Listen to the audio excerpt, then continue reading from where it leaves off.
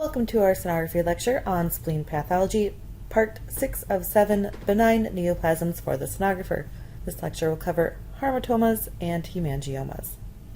Let's go ahead and begin with hamartomas. Hamartomas are benign tumors made up of splenic components. We've heard about hamartomas when we talked about kidneys. Again, it is normal tissue found within the organ, just kind of put together in an atypical way.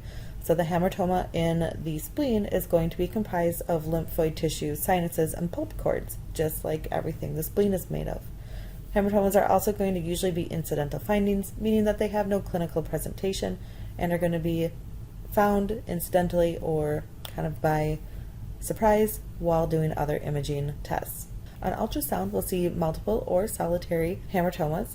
They typically are well-defined, hyperechoic, and if they get big enough, they can start to have cystic components.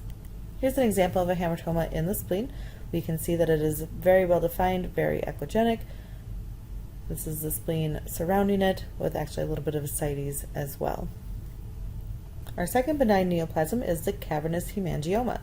We've learned about cavernous hemangiomas while discussing the liver, and just the same way, splenic hemangiomas are tangled blood vessels that have very slow flow within them.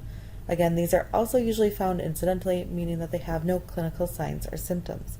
However, larger lesions, cavernous hemangiomas that become very large, can cause some complications within the spleen. On ultrasound, these are going to appear again as solid lesions within the spleen. They have a variable appearance to them, and they can be small or large. Here is an example of a small hypoechoic hemangioma. We can see the spleen and the small hemangioma within.